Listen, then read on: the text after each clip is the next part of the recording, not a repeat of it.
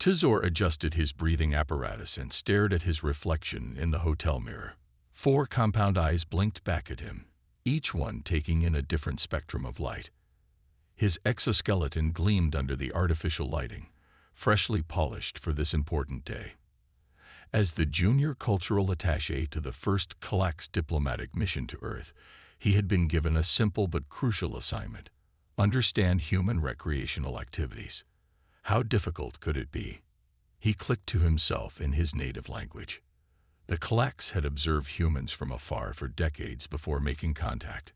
Humans were builders, inventors, and survivors, qualities the Galactic Confederation valued. But the Confederation Council needed more information before fully welcoming Earth into their alliance. Tizor's report would help decide humanity's fate. A soft knock at the door interrupted his thoughts. "Diplomat Tizor, your human liaison has arrived," chirped the automated translator. Tizor clicked his mandibles in acknowledgement and moved toward the door with the precise, measured movements typical of his species. The door slid open to reveal a human male in formal attire. "Greetings. I am Kim Jun from the Korean Diplomatic Court," the human said with a bow. "I'll be your guide during your stay in Seoul." Tizor performed the CHFY's greeting gesture, crossing his upper limbs across his thorax. "This one is pleased to meet you, Diplomat Kim." Kim smiled. "Please, call me Jun. We don't stand on ceremony too much here." Tizor noted this informality with interest. The CHFY society operated on strict hierarchical protocols. This casual approach would be unusual on his homeworld. "What would you like to see first?" asked Kim. "We have museums, historical sites, government facilities." "This one wishes to observe standard human recreational activities," Tizor interrupted. "The Confederation Council specifically requires data on how humans interact during leisure time." Kim's eyes lit up in a way that Tizor's cultural training hadn't prepared him for. Was it amusement? Excitement? Mischief? Human facial expressions were still puzzling to him. "Perfect. I know exactly where to take you," Kim said. "There's a place called the Blue Moon where you can observe real humans in their natural habitat." Tizor's translator struggled with the idiom, but conveyed enough meaning. This would be acceptable. Is this Blue Moon a significant cultural institution? Kim stifled what appeared to be laughter. "Oh yes, very significant. Humans have gathered in such places for thousands of years." Tizor felt a surge of satisfaction. His first day, and already he would be visiting an ancient cultural site. His superiors would be impressed. They left the hotel and entered Kim's vehicle, an electric model that hummed quietly as they navigated through Seoul's evening traffic. Tizor observed the city through the window, noting the blend of ancient architecture and modern technology that characterized Earth's cities. "Your species has accomplished much in a short evolutionary time span," Tizor remarked. "The Confederation Council finds this both impressive and concerning." Kim glanced at him. "Concerning? Some council members believe that species who evolve too quickly lack stability. They fear humans may be unpredictable allies." Kim smiled again, that same unreadable expression. "Well, tonight might be educational for both you and the council then." The vehicle stopped outside a building with a glowing blue sign. Music pulsed from inside, and Tizor could detect multiple human voices engaged in what his translator identified as animated conversation. "We have arrived at the Blue Moon," Kim announced. "Ready for your first look at human recreation." Tizor straightened his posture and checked his data recorder. "This one is prepared." Kim placed a hand on Tizor's shoulder, causing the alien to flinch slightly at the casual contact. "Just one piece of advice. Try to observe without judgment. Humans at play might seem chaotic to someone from a structured society like yours." Tizor blinked all 4 eyes in sequence, his species equivalent of a dismissive gesture. "This one has extensively studied human cultural documents. I understand your species follows logical social patterns, even in recreation." Kim laughed outright this time. "Is that what our official documents say? Well then, this should be interesting." As they approached the entrance, Tizor felt confident and prepared. By tomorrow, he would have valuable data for the Confederation Council about these predictable, logical humans and their recreational habits. He had no idea how wrong he was. Before entering the Blue Moon, Kim Jun stopped Tizor with a gentle hand signal. The evening air was cool, and the sounds of laughter and music spilled onto the street each time the door opened. "Perhaps I should explain a few things first," Kim said, his face serious but with a spark in his eyes. "Human recreational facilities operate under special cultural rules." Tizor activated his recording device. "Please elaborate. This one wishes to document all formal protocols." Kim nodded, fighting to keep his expression neutral. "In these gathering places, humans often behave in ways that might seem unusual to non-humans, but everything follows deep cultural patterns." "This one understands," Tizor said, his mandibles clicking with eagerness. "All species have recreational rituals." "Exactly," Kim said. "For example, humans often increase their volume when sharing stories. The louder the voice, the more respect is being shown." Tizor blinked his 4 eyes in sequence, absorbing this information. "Interesting. On Klax, we lower our voices to show respect, and humans often touch each other during conversation. It's a sign of trust, not aggression." Kim continued, knowing the Klax were extremely private about personal space. Tizor's exoskeleton shuddered slightly. "Most unusual. And is there a hierarchy to observe?" "On Klax, elders always speak first and sit in positions of honor." Kim smiled. "In bars, the hierarchy is fluid. Status can change based on many factors. Watch closely, and you'll see the patterns." Of course, Kim was not exactly lying, but he wasn't telling the whole truth either. He had read the briefing about the Klax, how they valued order, precision, and clear social structures. Their society had no concept of casual recreation. Even their art was created according to strict mathematical principles. The chaotic nature of a human bar on a Friday night would be completely foreign to Tizor. "One more thing," Kim added as they approached the door. "Humans sometimes engage in ritual competitions. These are friendly exchanges, not real conflicts." Tizor recorded this note carefully. The diplomatic briefing mentioned human competitive nature. This will be valuable research. As Kim pushed open the door, a wall of sound hit them. Music, laughter, shouting, and the clinking of glasses. Tizor froze momentarily as his sensory organs adjusted to the assault of stimuli. The Blue Moon was packed. A group of men occupied the largest table, all wearing similar casual clothes. They were louder than the rest, clapping each other on the backs and raising glasses and toasts. "Military reunion," Kim explained, guiding Tizor toward the bar counter. "Former soldiers celebrating their shared experiences."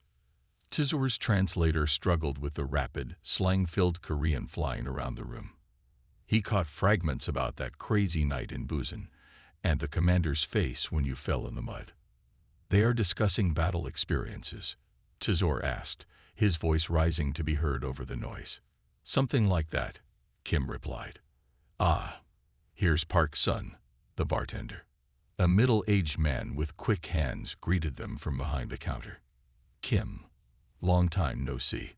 Who's your friend?" Park's eyes widened as he took in Tizor's alien appearance. "Diplomatic visitor," Kim explained. "Wanted to see how real humans have fun."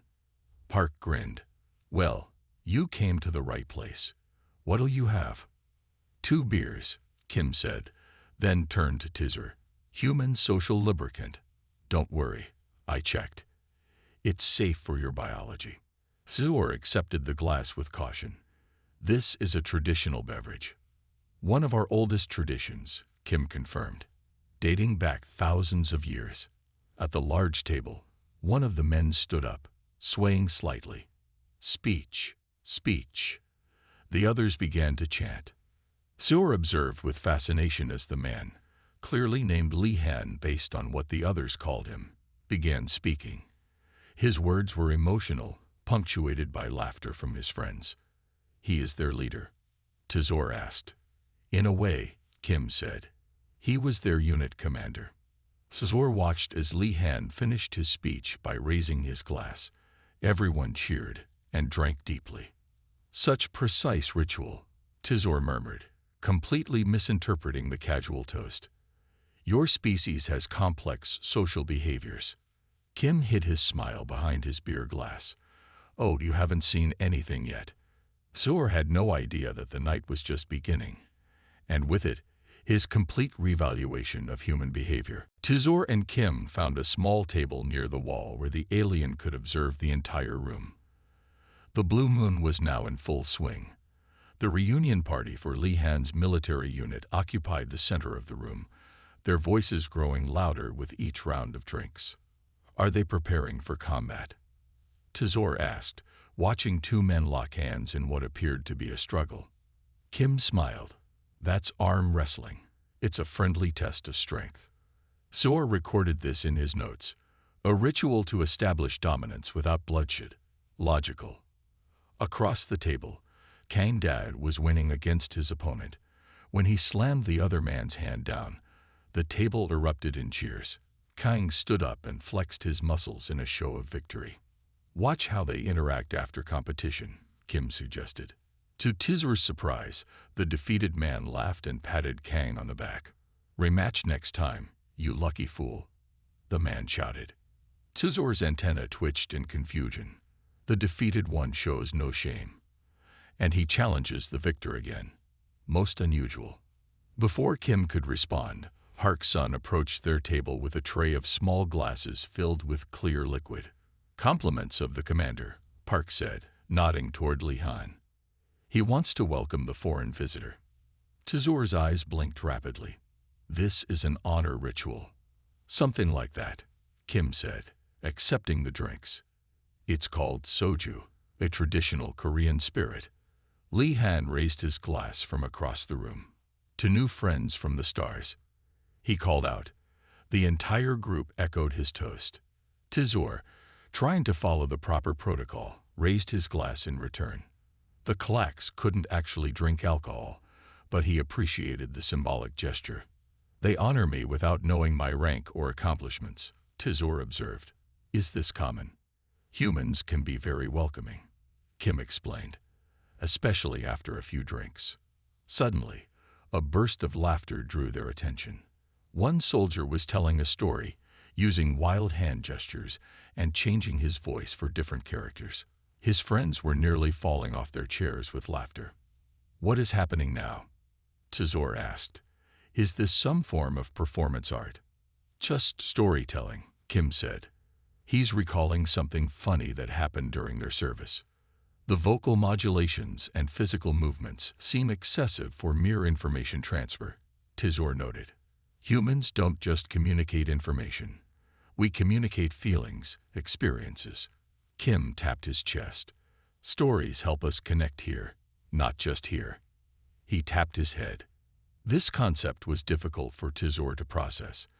Klak's communication was precise and efficient, designed to exchange information without ambiguity. The emotional component of human interaction was alien to him. Park's son returned to their table. You picked an exciting night to visit, he told Tizor. These guys only get together once a year. As he spoke, Park performed an impressive trick, flipping a bottle and pouring drinks for nearby customers without spilling a drop. Several people applauded. The beverage dispenser has high status, Tizor observed. He performs rituals to maintain his position. Kim almost choked on his drink. Park is the owner and bartender. People appreciate his skills. The noise level in the bar suddenly increased as someone turned up the music. Two of the soldiers cleared a small space and began moving rhythmically. Combat training. Tizor asked hopefully, still trying to fit human behavior into categories he understood. Dancing, Kim corrected. Just for fun. Tizor watched in growing confusion as more people joined the dancers. There was no pattern he could discern, no clear purpose to the movements. Some humans moved in groups, others alone. Some moved fast, others slow. There appears to be no standardized protocol, Tizor said, his voice betraying distress. "That's the beauty of it," Kim replied. "Everyone does what feels right to them." This concept, acting without clear guidelines, was deeply unsettling to Tizur. On Klax, every movement had purpose. Every interaction followed established rules. At the reunion table, an argument had broken out. Two men were pointing fingers and raising their voices. Tizur tensed, expecting violence. "Should we leave? Conflict appears imminent," he clicked anxiously. Kim looked over and waved dismissively. "They're just debating which soccer team is better. Watch what happens next." Sure enough, seconds later both men were laughing and clinking their glasses together. "Your species exhibits extreme emotional volatility," Tizur noted with growing alarm. "Is this normal?" Kim nodded. "Welcome to humanity, Tizur. We're just getting started." Drinking contest. Someone shouted from Lihan's table. Tizur's attention snapped toward the commotion. Two men stood facing each other across the table. On each side were 5 small glasses filled with clear liquid. "What is happening now?" Tizur asked, his recording device working overtime. "That's Kang Dai and Choi Min," Kim explained. "They have a rivalry that goes back to their training days. Every reunion, they challenge each other." The rest of the military group formed a circle around the two competitors. Lihan stood between them, explaining rules that Tizur couldn't quite hear. "Let's get closer," Kim suggested, guiding Tizur to the edge of the circle. "The rules are the same as always," Lihan announced. 5 shots each. First one to finish wins. Loser buys the next round for everyone. Tizur's translator struggled with the rapid, slang-filled speech. It rendered shots as small weapons and round as circular combat formation. Tizur's confusion deepened. "They will fire weapons inside this establishment." He clicked nervously to Kim. Kim bit his lip to suppress laughter. No. Shots just mean small drinks. It's completely safe." The crowd began to chant. "Kang. Choi. Kang. Choi." Park Sun approached with a timer. "On my signal, gentlemen." Kang Dai and Choi Min stared at each other intensely. Their hands hovered over their first glasses. "Ready," Park called. "Set. Go." Both men grabbed their first glass and downed the contents in one swift motion. They slammed the empty glasses down and reached for the second. The crowd roared with approval. Tizur watched in horror. In Klax culture, consuming food or drink was a private, dignified activity. This frenzied public consumption violated every social norm he knew. Kang Dai finished his third glass slightly ahead of Choi Min. The crowd's chanting grew louder. Their companions encouraged this dangerous behavior. Tizur asked, genuinely concerned. "It's all in good fun," Kim assured him. "They're celebrating their friendship and shared history." Choi Min caught up on the fourth glass. Both men reached for their final shot simultaneously. The room seemed to hold its collective breath. Kang Dai swallowed first and slammed his glass down a split second before Choi Min. The crowd erupted in cheers and groans, depending on who they had supported. "Victory," Lihan declared, raising Kang's arm like a boxing referee. Choi Min slumped dramatically in his chair, hand over his heart, pretending to be devastated.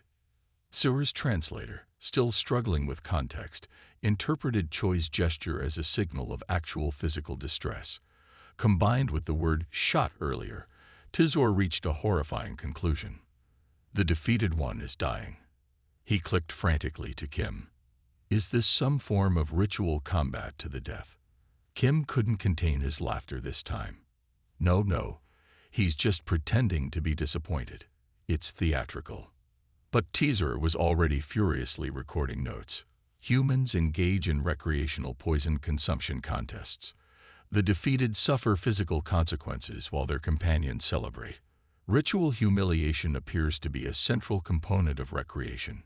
Kang Dai approached his defeated opponent and pulled him to his feet. They embraced in a bear hug that lifted Choi off the ground. "Next time, old friend," Choi said, clapping Kang on the back. You say that every year, Kang replied with a grin. Scizor's confusion reached new heights.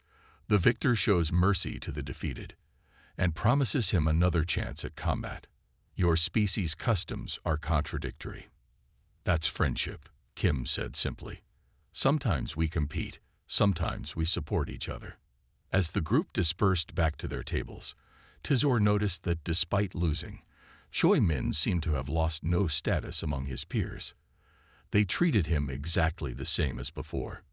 In Clack society, failure results in immediate loss of standing, Scizor explained. The defeated would need to perform extensive restoration rituals to regain their position. Kim considered this. Humans can be competitive, but real friendship doesn't depend on who wins or loses games. This concept seemed to genuinely baffle Scizor. His species' rigid hierarchy left no room for such equality between winners and losers. Look, Kim said, pointing to the bar. Choi is buying drinks for everyone, including Kang. That was the bet. The defeated provides resources to the victor.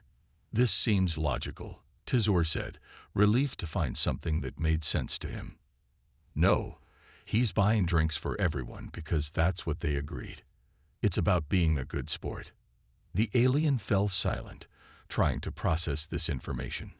His understanding of human behavior was unraveling with each passing minute. I believe I need to update my preliminary report, Scizor said finally. Humans are far more complex than our research indicated. Kim smiled. You have no idea. Scizor was still trying to process the drinking contest when the door to the Blue Moon swung open with force. A young woman marched in, her eyes scanning the room until they locked onto Li Han. Her expression was intense, and she moved with purpose. Female human entering combat stance, Scizor murmured into his recorder. Appears to be targeting the group leader. Kim followed Scizor's gaze.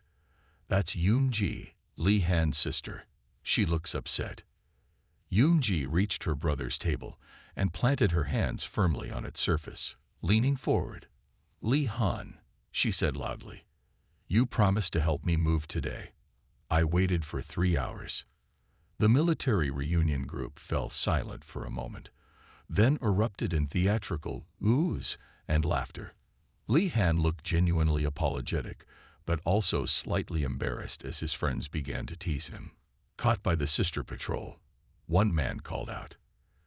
Commander's in trouble now, another added. Scizor watched in fascination. The female is challenging the leader publicly. Will there be a leadership contest? Kim chuckled.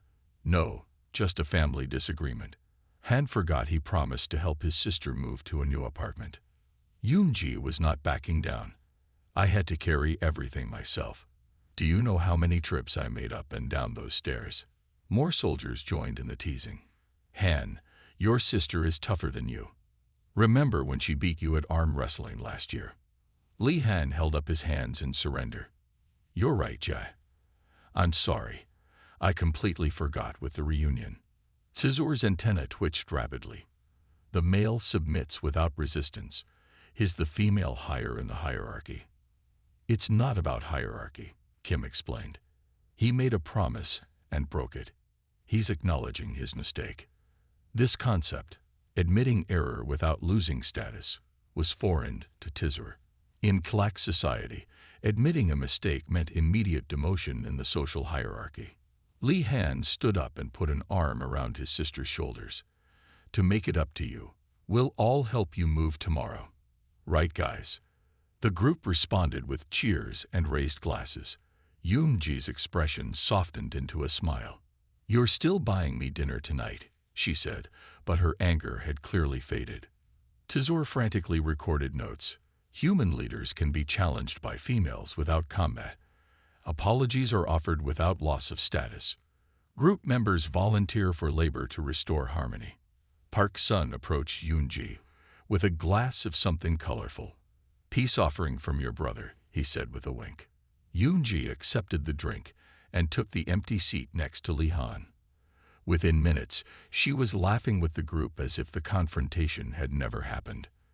The conflict resolution was immediate, Scizor observed. No formal procedures were followed. Humans don't always need formal procedures, Kim said. Sometimes a simple apology and making things right is enough. Tizor's 4 eyes blinked in sequence as he tried to make sense of this. In my culture, conflict resolution requires multiple stages of formal acknowledgement, witnessed by authorities of proper rank. One of the soldiers had pulled out a small device and was showing photos to the group. Laughter followed each image. "What's happening now?" Tizor asked. "Sharing memories," Kim said. "Those are probably pictures from their military days." Tizor watched as the humans clustered together, pointing at the screen and telling stories. Their faces showed a range of expressions: laughter, nostalgia, pride. The emotions changed so quickly, Tizor noted. How do they maintain group cohesion with such emotional volatility? "Maybe that's exactly how they maintain it," Kim suggested, "by sharing all types of emotions rather than suppressing them." This idea was revolutionary to Tizor. Kalak society valued emotional control above all else. Displays of feeling were considered primitive and disruptive to proper functioning. Yoonji was now fully integrated into the group, sharing a story that had the soldiers howling with laughter. Lee Han covered his face in mock embarrassment. "She is sharing information that diminishes the leader's status," Tizor observed. "Yet he permits this. She's his sister. She's teasing him, not trying to diminish him," Kim explained. "It actually shows how close they are."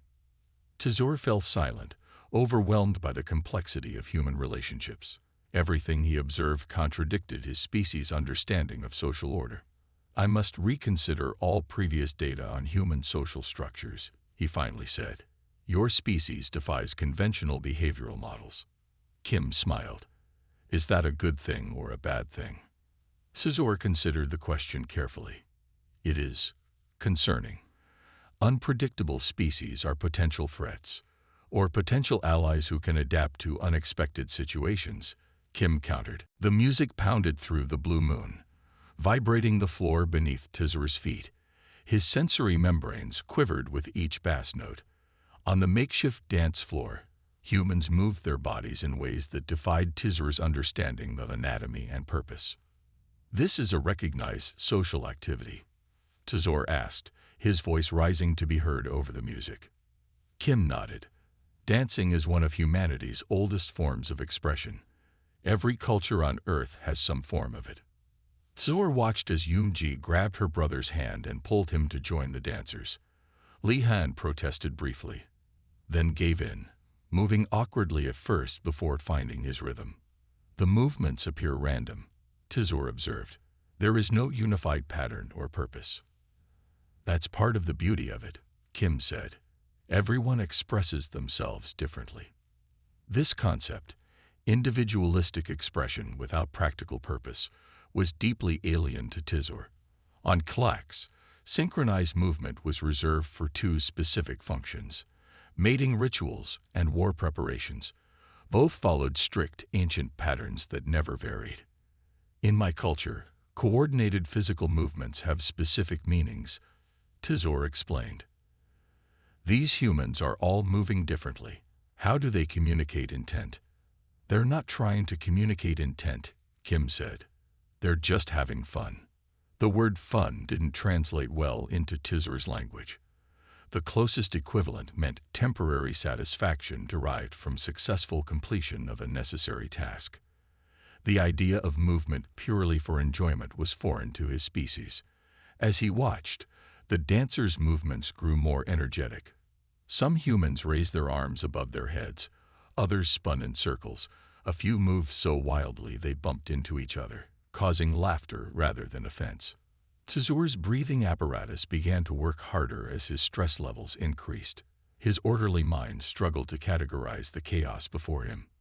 "Would you like to try?" Kim asked suddenly. "Try what?" Tizor clicked nervously. "Dancing," Kim said with a smile. "It's not difficult. You just move however feels good." Tizor's 4 eyes blinked rapidly in alarm. "This one must observe proper protocols. Klaks do not engage in unstructured physical movements." "No one would judge you," Kim assured him. That's the point of places like this. People can relax and be themselves. The concept of being oneself had no equivalent in Tizur's language. Kalak's identity was defined by one's role in the collective, not by individual traits or preferences. As more bar patrons joined the dancing, the space grew crowded. Bodies moved in close proximity, occasionally touching without apparent concern. The lack of spatial awareness suggests diminished cognitive function, Tizur noted, retreating further from the dance floor. Yet they appear to be enjoying this state. Sometimes thinking less is the whole point, Kim said. Humans spend a lot of time in their heads. Dancing lets us just be in our bodies for a while. Tizur's stress indicators were now blinking red on his environmental suit's display. The combination of loud noise, chaotic movement, and incomprehensible social behavior was overwhelming his processing abilities. This one requires a moment of recalibration, Tizur said stiffly. Where is the waste elimination facility? Kim pointed toward the back of the bar. Restrooms are over there. Tizur made his way through the crowd, careful to avoid contact with the unpredictable humans. He pushed open the door marked with a male symbol and found himself in a quieter space with several enclosed stalls and washing stations. Alone at last, Tizur activated his communication device. A holographic image of his superior, Xandar, appeared above his wrist. Senior Diplomat Xandar, this one requests immediate consultation. Tizur clicked rapidly in his native language. Report, Junior Diplomat Tizur. The older Klax responded, his mandibles clicking with authority. The humans are not as our research indicated, Tizur said, his words coming in hurried bursts.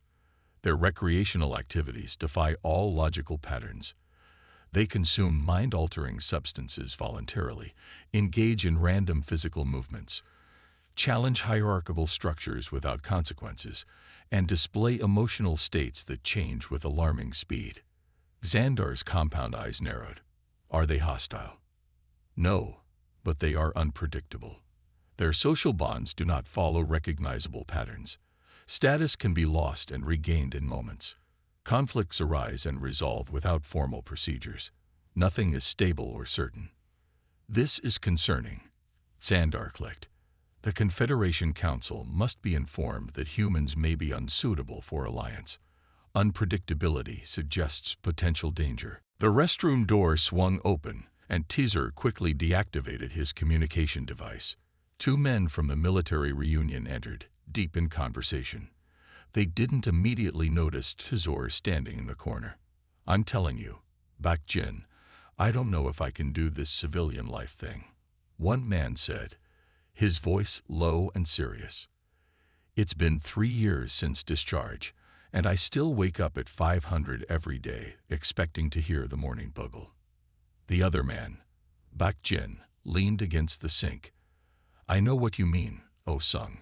Took me nearly 2 years to stop checking corners when I entered a room. Tizur remained perfectly still. His translator was working better in the quieter space, and he realized he was witnessing something his research had never mentioned, humans sharing vulnerabilities. My wife says I need to talk to someone professional, Oh Sung continued, washing his hands slowly. She says I'm not the same man she married. Have you considered it? Bak Jin asked. Talking about feelings. To a stranger. Oh Sung shook his head. Doesn't seem right. Bak Jin placed a hand on his friend's shoulder. Listen, I started seeing someone last year. A therapist. Best decision I ever made. It's not weakness to ask for help, brother. It's strategy.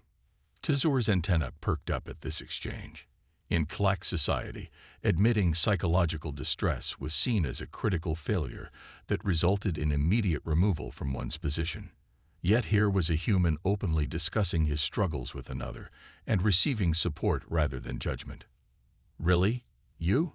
Mister, I can handle anything went to therapy. Oh Sung looked genuinely surprised. Bak Jin laughed softly. Yeah, me. Li Han actually recommended it. Said it helped him after his second tour. The commander goes too. Oh Sung seemed shocked. Half the unit has at some point, Baek Jin said. We just don't talk about it much. Tizor finally shifted position, causing both men to notice him. They looked startled for a moment, then nodded politely. Sorry, didn't see you there, Baek Jin said. You're the diplomat with Kim, right? Tizor clicked his mandibles nervously. This one is Tizor, cultural attaché from Kalax. Oh-sung smiled. First time in a Korean bar, huh? Quite an experience, I bet. Indeed, this one finds human recreational activities complex, Tizor admitted. Baek Jin laughed. That's one word for it. Hope we're making a good impression. Your species is unlike any the Confederation has encountered, Tizor said carefully. Is that good or bad? Oh-sung asked. Tizor considered the question. This one is still collecting data. The men smiled at that. Fair enough, Baek Jin said.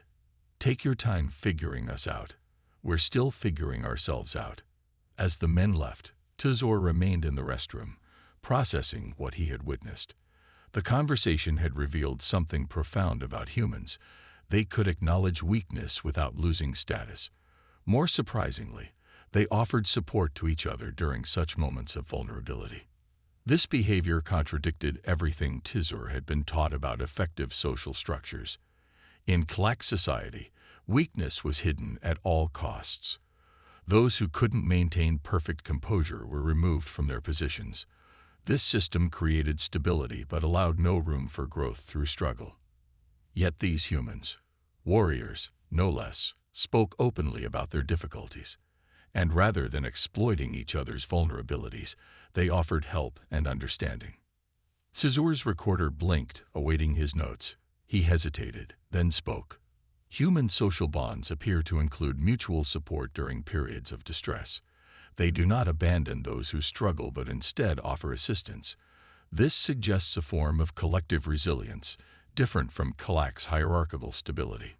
He paused, then added, their chaotic behavior may serve an evolutionary purpose. By accepting individual variation and supporting those who struggle, humans create flexible social systems that can adapt to changing conditions. For the first time since entering the Blue Moon, Tizor felt he was beginning to understand something fundamental about humans. Their apparent chaos wasn't a sign of primitive social development. It was an advanced adaptation that allowed for both individual expression and collective strength. Before he could record further observations, the door opened again. This time it was Kim. Tizor, are you okay? You've been in here for quite a while. Tizor straightened his posture. This one was processing new data. Kim looked concerned. Is it too much? We can leave if you want. Tizor considered the offer. Part of him desperately wanted to retreat to the ordered environment of the embassy. But another part, a part he hadn't known existed, was curious to see what other revelations awaited. Kim led Tizor to a quiet corner booth, far enough from the speakers that conversation was possible without shouting. From this vantage point, they could observe the entire bar while maintaining some distance from the chaos. Is this better? Kim asked. Tizor's breathing apparatus adjusted to a more normal rhythm. Yes. This one can observe while processing data more effectively. As they settled in, Park Sun approached with 2 glasses of water. Thought you might need these, he said, placing them on the table.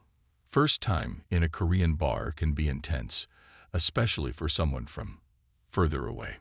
Tizor was surprised by this thoughtful gesture. You provide hydration at no cost. Park laughed. Water's always free. It's good for business. Keeps customers happy and hydrated. A logical approach, Tizor admitted. Though he couldn't drink the water, he appreciated the gesture. After Park left, Tizor turned to Kim. The beverage provider seems concerned about customer welfare beyond profit maximization. Park's owned this place for 20 years, Kim explained. He sees customers as part of his extended family. Family. Another concept that worked differently for humans. Tizor had learned that humans formed small, intensely bonded groups based on genetic relationships or close social ties. These families operated on different rules than wider society.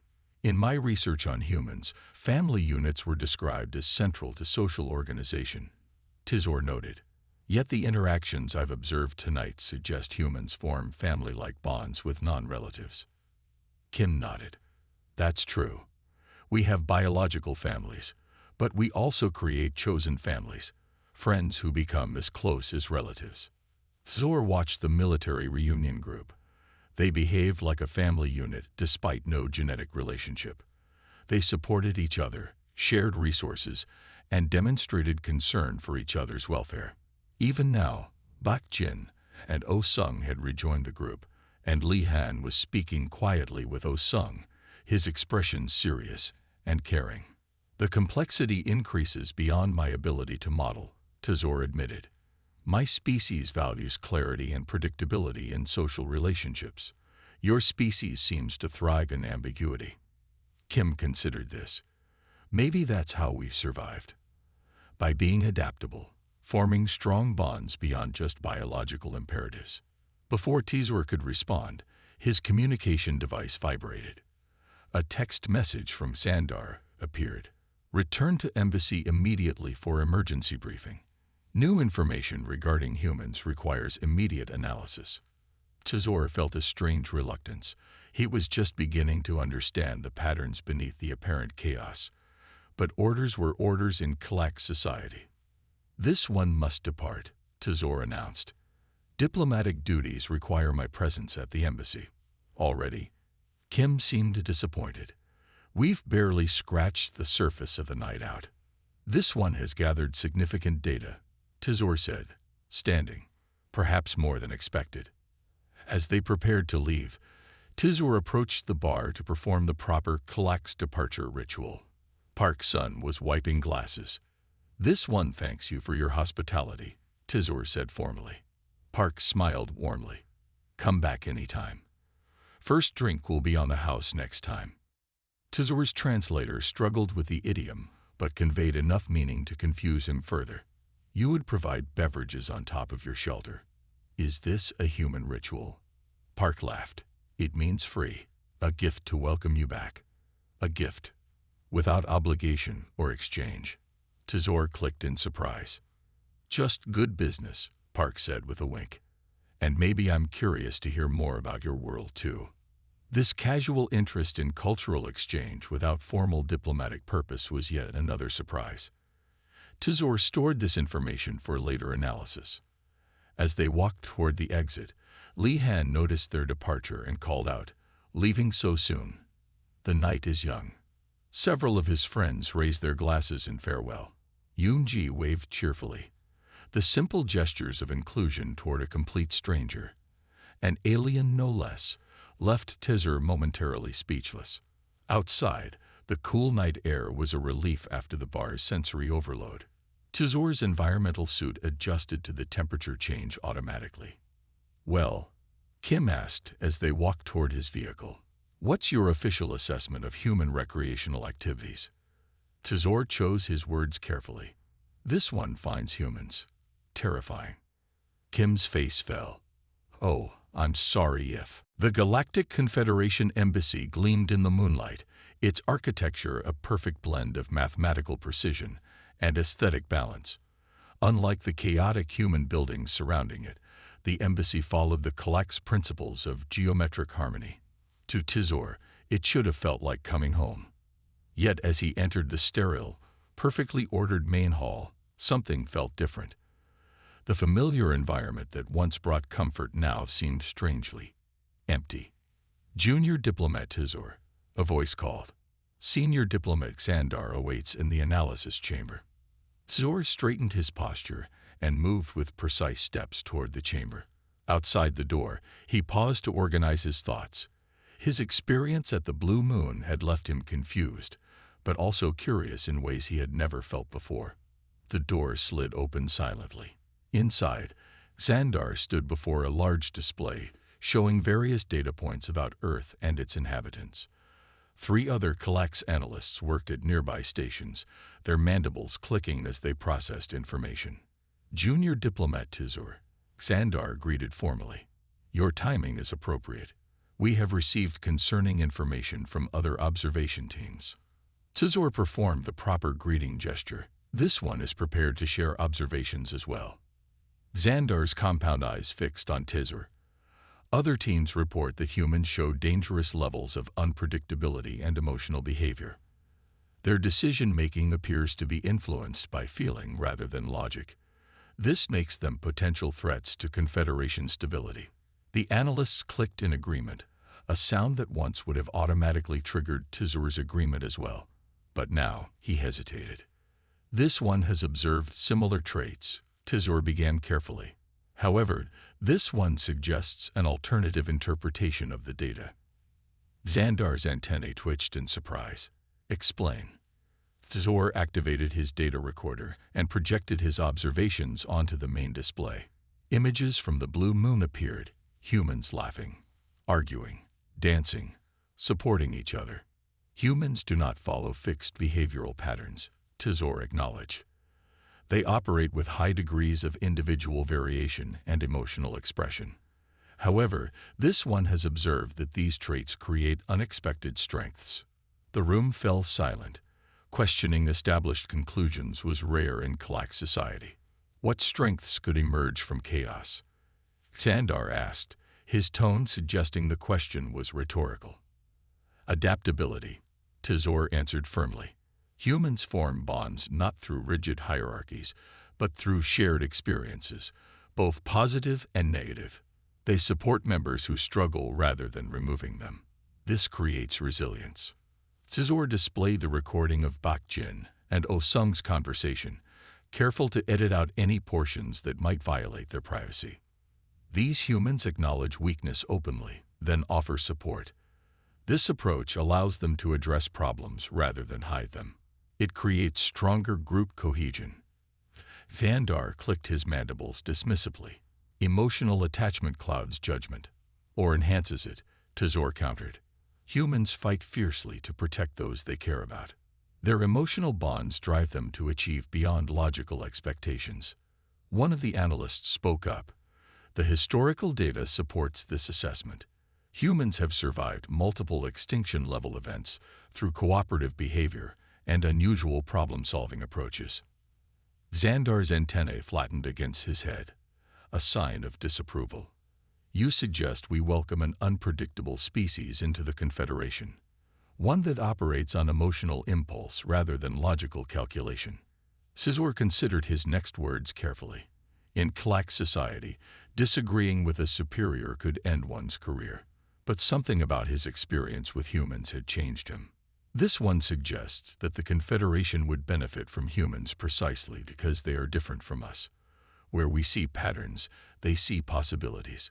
Where we maintain stability, they create change.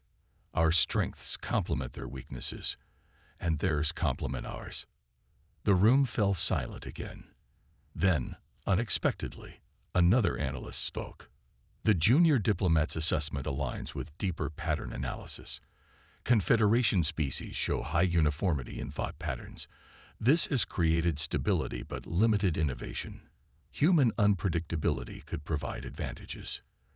Xandar's compound eyes narrowed as he processed this information.